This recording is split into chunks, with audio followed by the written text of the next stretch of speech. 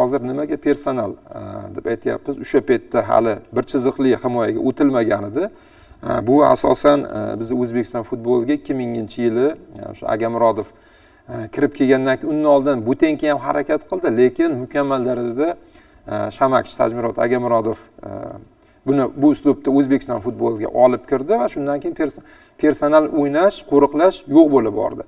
Lekin men mana futbolchilik faoliyatini boshlagandan beri eslayman, har bitta hujumchini men nomma-nom sanab berishim mumkin. Mana hozir aytdik, Kazumura terma jamoa miqyosida.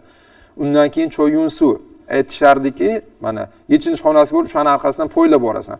Chekkaga kelib turib olsa, o'shaning yonida turishim kerak bo'lgan. Agar aytaylik 10 metr, 15 metr masofa bo'lib qolsa, nimaga sen o'z vazifangni bajarmayapsan, nimaga sendan uzoqda hujumchi joylashyapti? Shu darajada personal o'yin yo'lga qo'yilgan bo'lganki, oxirgi himoyachi bo'lgan. Men ko'proq markaziy oldingi himoyachi bo'lgan va ko'proq menga personal qo'riqlash topshirilgan.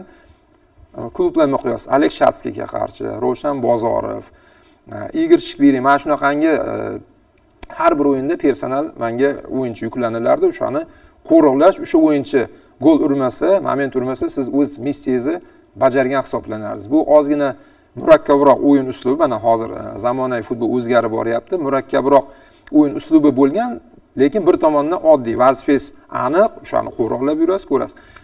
O'sha paytda eslayman, Miurani yuqori texnikaga ega bo'lgan, tanishtirishgan qisqa videosini ham ko'rganmiz. Shu tayyorgarlik ko'rish jarayonida uni kuchli tomonlarini ko'rib olganman. Juda ham ko'p qirrali hujumchi edi, fintlar ko'p ishlatardi.